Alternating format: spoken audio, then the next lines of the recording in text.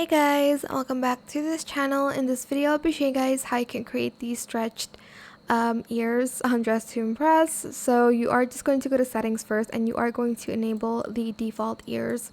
Make sure you've also saved your skin color on the color palette.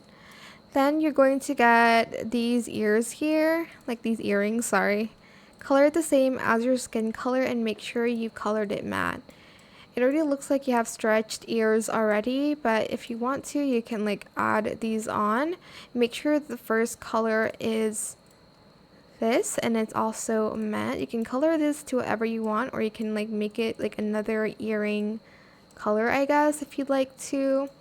But that is it for this video. I hope it was helpful for you guys. Don't forget to like, comment, share, and also subscribe to this channel if you haven't done that already.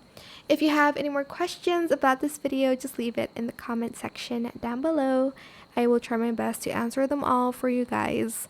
And if you found this video helpful, please click the thanks button as well. That is it. Thank you so much for watching. Bye!